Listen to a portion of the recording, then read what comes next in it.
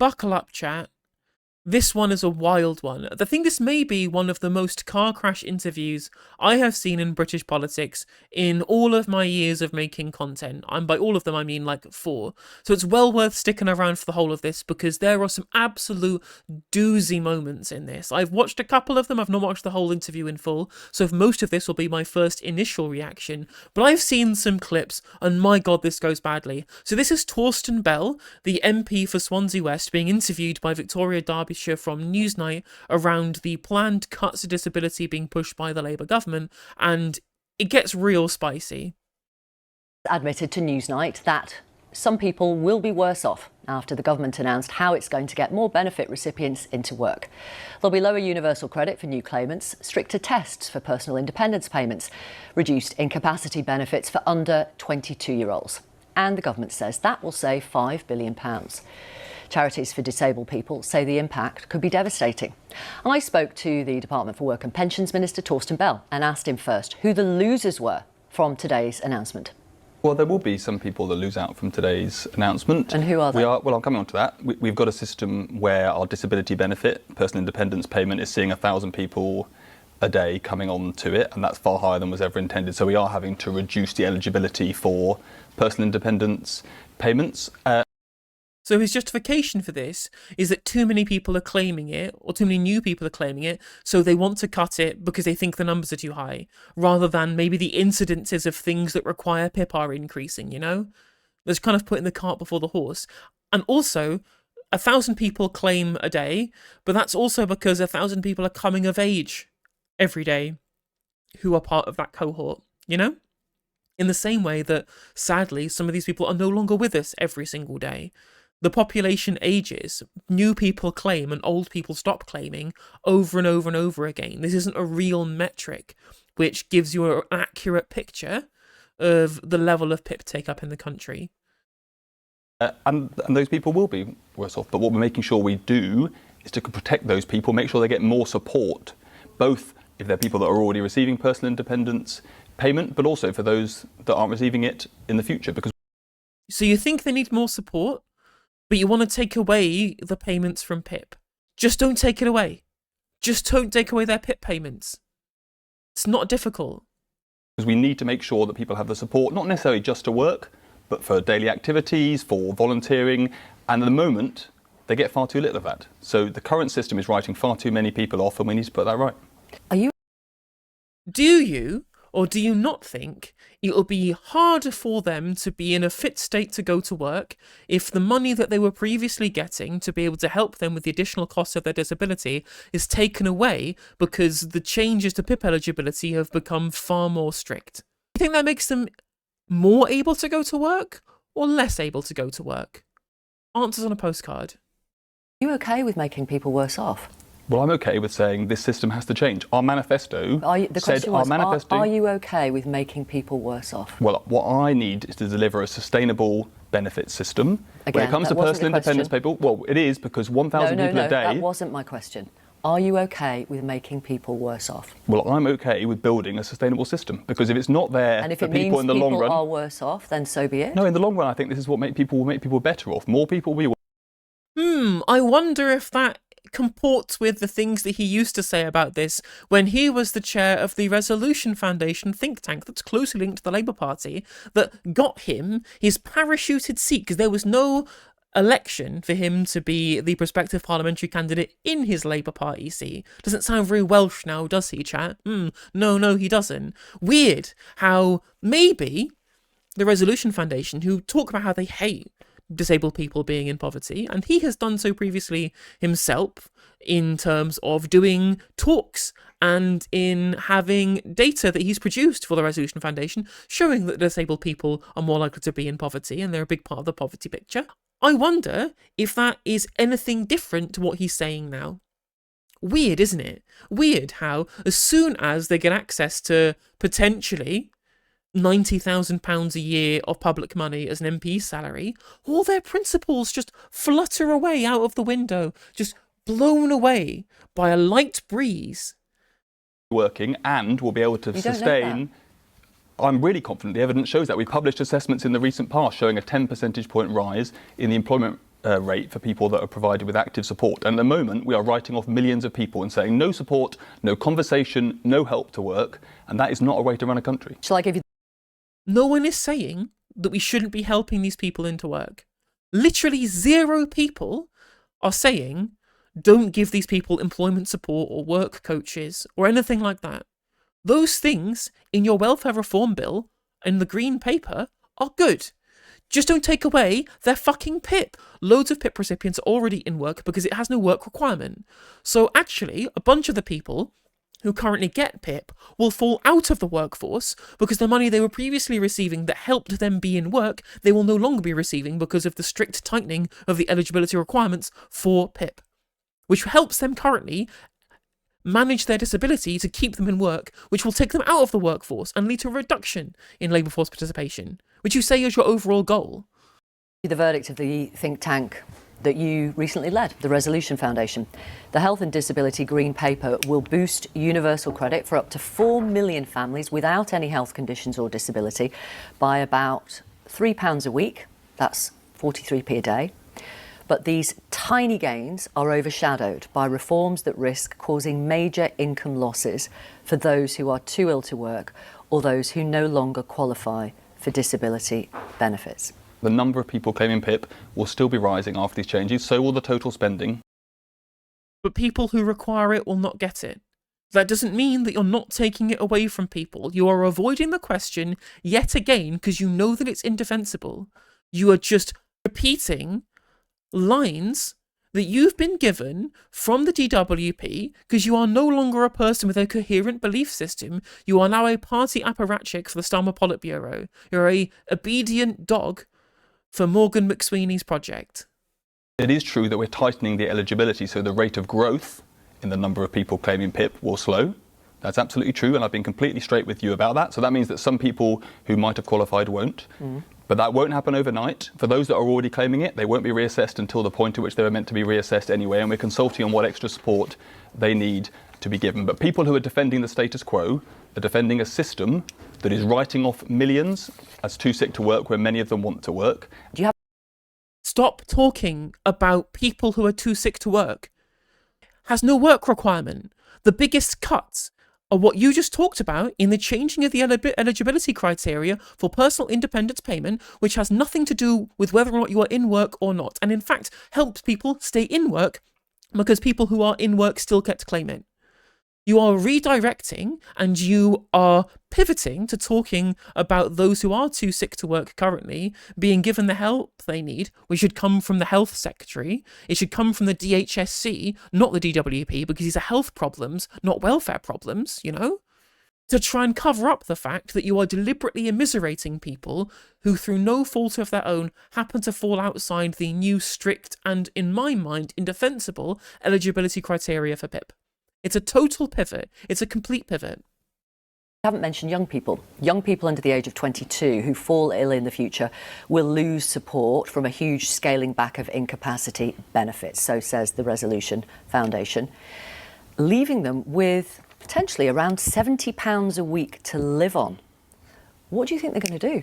We've got a benefit system that says if you can't come in and prove you're too sick to work, then you will receive an absolute minimum level of support. So there's a very strong incentive to prove you are too sick to work and then write you off once you've done that. And the idea that we're doing that to 20 and 21-year-olds when we know the long-lasting damage from being out of work in the early years of your career is incredibly large, and we know the working makes a big difference actually to your physical as well as your mental health. You've covered this repeatedly on your show in terms of what that is doing, both in terms of their mental health, but actually in terms of their long life chances. The hope is they'll get a job.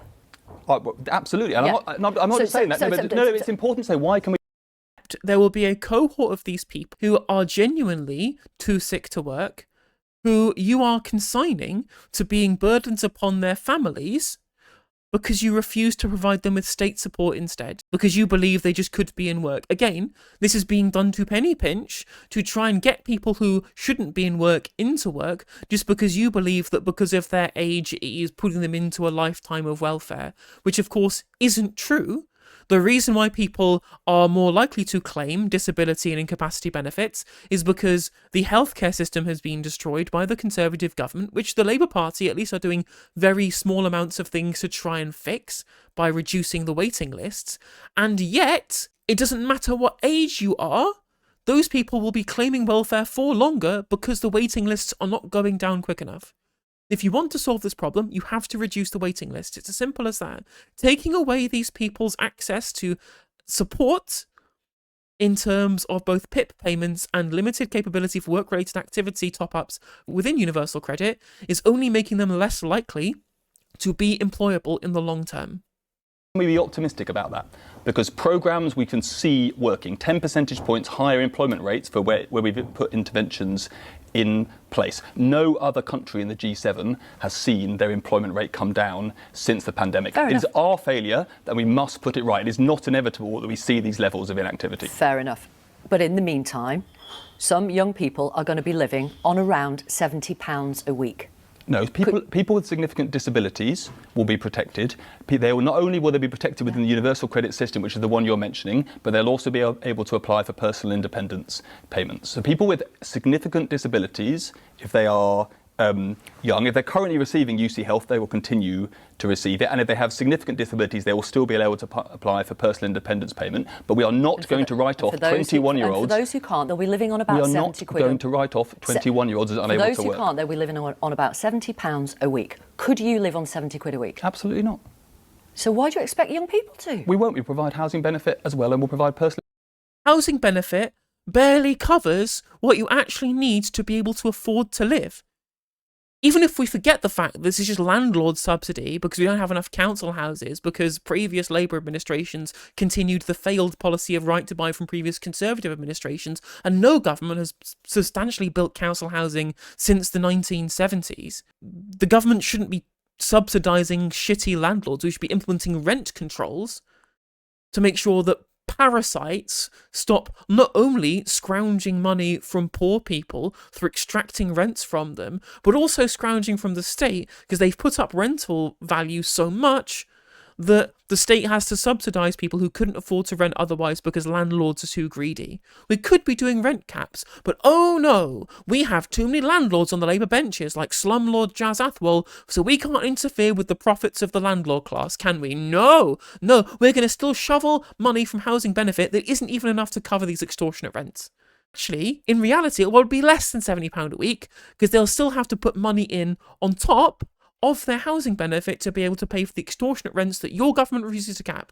Independence payments. This is cash in their pocket. This is 70 so quid are the cash things I just a week. mentioned to you. So are the things I just mentioned to you. That's how the benefit system works. If people need help with their rent, they receive that as well. If they need support with a disability, personal independence payments is there. But you're taking PIP away from loads of people. What are the people going to do who might have pretty severe disabilities or neurodivergent conditions, which means that they do not reach a 4 in any of these specific categories of PIP outside of the mobility element of PIP, but reach 3s across the board? They will have literally every single penny of their PIP taken away from them and will now have their income reduced down to the £70 that you say that you couldn't live off. And that's not just regular people having to deal with that, that's people who are previously getting personal independence payment that your government is taking away. Food to pay bills, yes. 70 quid a week. You've just told me you couldn't live on that. Well, no, I have a mortgage to pay because of the current situation. But what I'm saying to you, and the benefits... There you go, chat. That's the dismissive nature of being a 90k salary MP in 2025. Just like, well, I need more than £70 a week, so I've got a mortgage to pay. Bitch, people have rents to pay. They have rents to pay that housing benefit doesn't cover. Barely. And rents that are higher than a lot of mortgages that they don't qualify for because they're spending too much of their money paying the fucking rent. Imagine being in the position where you are probably paying less monthly for your mortgage payments because landlords have to pay for mortgages plus all of the additional profit they want to make on top of that. And then trying to say that it's fine for you to get more than £70 a week that you couldn't afford to live off of, that everyone else has to suck it up even though their living costs are probably as high or higher than yours in terms of housing. Literally, I'm on 90k a year, so I'm all right, Jack. Suck it up, buttercup, live off of £70 a week, even if you're somebody who scores 3 on all of the PIP channels outside of the mobility element. Sickening. genuinely sickening. It's the same guy who did a Guardian article decrying the two-child benefit cap as being indefensible, who went onto the Politics Joe interview and said that he thought that every Labour MP wanted to abolish the two-child benefit cap, and then voted against an SNP amendment to reduce it, to get rid of it, in the King's Speech. Charlatan, a liar, a fraud. This man is a total fraud. Every single moment of his time as the director of the Resolution Foundation up until this point has been to say that everything that he is currently doing as a government minister is bad. Yet now, suddenly, he is a party apparatchik, an empty suit parroting the lines of McSweeney and McFadden because he wants to have a political career and a ministerial red box, not happy enough being an advisor for political actors and being on the sidelines. No. He needs to take the place of a Swansea resident who could be representing their constituency in the place that he has been parachuted into, and accurately representing the needs of their constituents rather than being a party apparatchik, rather than being an empty suit for Keir Starmer and for Rachel Reeves to be able to feed policy to the public through.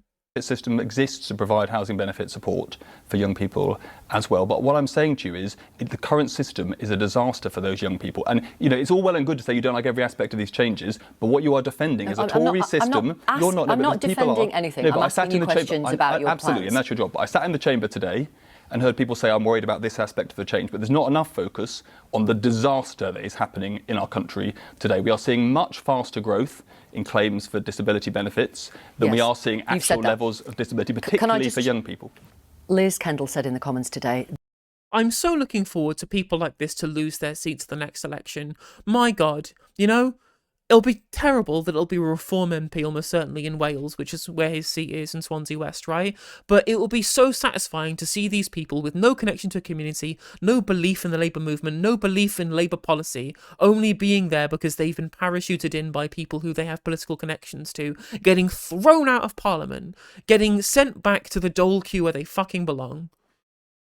there will always be people who can never work because of the severity of their disability or illness. Under this government, the social security system will always be there for people in genuine need. There are people watching you now who are frightened and who want to know if, for example, somebody with MS, are they someone in genuine need? So I totally understand that some of the reporting over recent weeks will have made people worried, and I am sorry about that. It's a very significant issue. I spent last Friday. If you're sorry about it, stop supporting it. You're not sorry because you're here defending it. You're not sorry because you're getting fucking belligerent about supporting the cuts that your government is putting through, to the point at which that you dismissed claims on whether or not that the meagre amount of money that you were giving people to live off was enough by saying, oh, well, I have a mortgage to pay.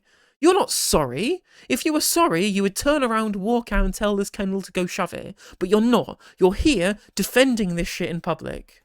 Friday talking to people in a support group for people with mental ill health, and yes, people are worried, but what I would say is we're partly worried because people know that we have a system that is a mess. Former Shadow Chancellor John McDonnell said today in the Chamber the reality is that trying to find up to £5 billion worth of cuts by changing the PIP rules will result in immense suffering, and we've seen it in the past, loss of life. He claims people could die, he says, because of the changes that you are making. Is he right?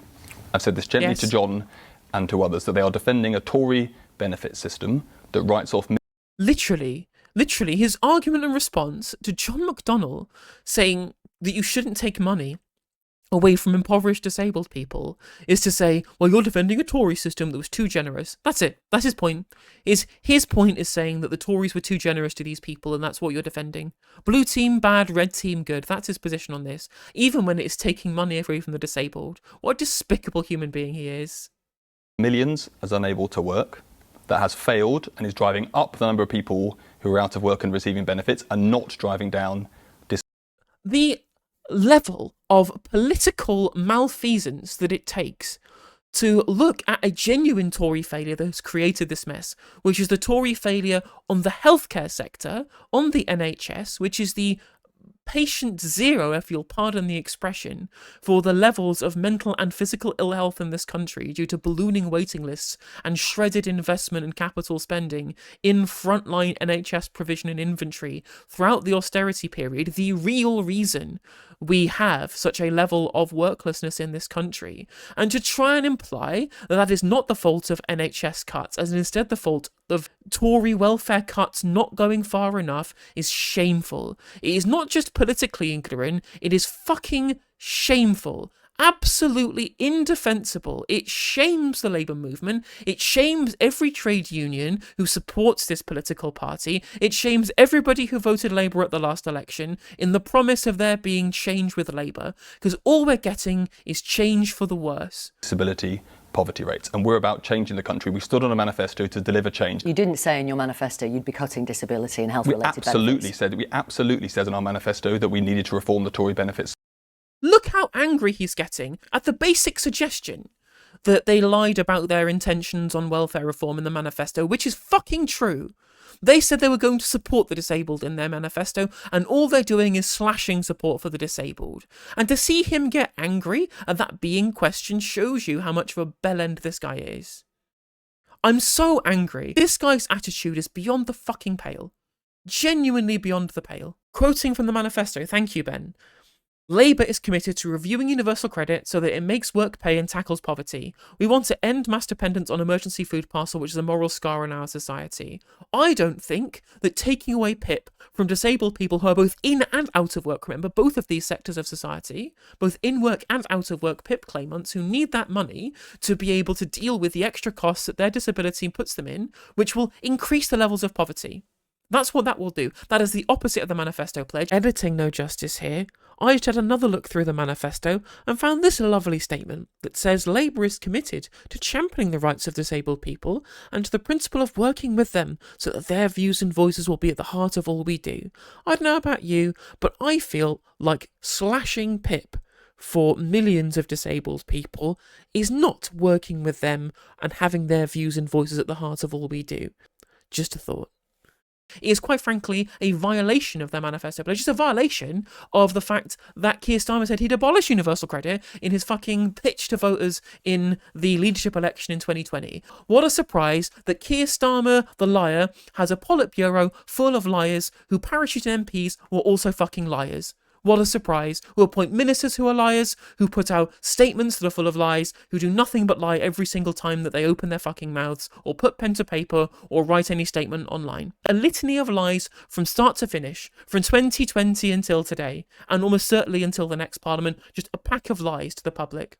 Hey there, if you enjoyed the video, make sure that you like and leave a comment. That helps the video out in the algorithm. If you subscribe and ring the bell, it'll let you know when I go live. I stream every day on YouTube and Twitch. You can also follow all of my socials down in the description. And if you want to support me in a more financial manner, there's a join button for memberships. It's just 99p to be a member on YouTube, as well as a Patreon, and there's some merch there as well. And hopefully I'll catch you on the next video. Take care.